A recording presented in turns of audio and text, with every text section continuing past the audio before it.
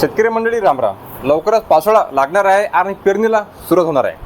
आणि खरीपमध्ये जे आपले महत्त्वाचे मुख्य पीक आहेत त्यामधलं एक पीक म्हणजे तूर. मागच्या गेल्या काही वर्षामध्ये तूर पिकानं अतिशय चांगलं उत्पादन जे आहे शेतकऱ्यांना दिलेलं आहे. कमी फवारणी कमी खतामध्ये चांगलं उत्पादन जे आहे मिळते आणि जर भावापाले तुरीचे तर एक चांगला नफा हा शेतकऱ्यांना मिळतो. आता तूर लागवड करताना कोणती व्हेरायटी आपण लावली पाहिजे, कारण जे आपलं उत्पादन आहे हे 50% ठरते की आपण कोणतं वाण लावत आहात. तर आपल्या समोर आता दोन वाण आहेत. एक अंकुरजी चारू आहे आणि एक पंचंगा सीड्स या कंपनीची लक्ष्मी आहे.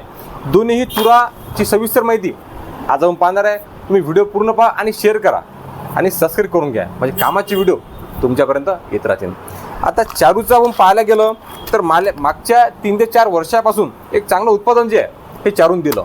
आणि खास करून विदर्भात अतिशय वातावरण सुरू झालेलं आहे. जमीन कशी असू द्या, हलकी मध्यम ते भारी, चांगलं उत्पादन चांगला ॲव्हरेज चारून काढलेलं आहे. लाल तपकिरी कलरच्या शेंगा आहेत आणि 3 ते 4 दाणे शेंगा आपल्याला पाहायला मिळतात.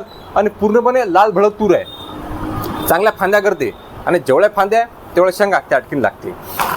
दुसरा फायदा म्हणजे मार्केटमध्ये गेल्यानंतर 100 ते 150 रुपये क्विंटल मागे चारूला भाव हा जास्त असतो. दुसरी जी आपली व्हेरायटी आहे ते म्हणजे पंचंगा सीड्स या कंपनी लक्ष्मी अर्ली व्हेरायटी आहे. म्हणजे हे तूर काढून मागच्या वर्षी शेतकरी बांधवांनी गव्हाची पेरणी जानेवारी महिन्यामध्ये सुद्धा त्या ठिकाणी केलेली आहे. लाल कलरची ही तूर आहे आणि 4 ते 5 दाणे शेंगा आपल्याला यामध्ये पाहायला मिळतात. फक्त हे तूर लागवड करताना जर आपण बेडवर याची लागवड केली तर चांगला फायदा होतो. परंतु आपल्या जमिनीमध्ये जर पूर्णपणे पाण्यात निचरा होत असेल तर आपण न बेड करताही पेरणी केली तर काही हरकत नाही.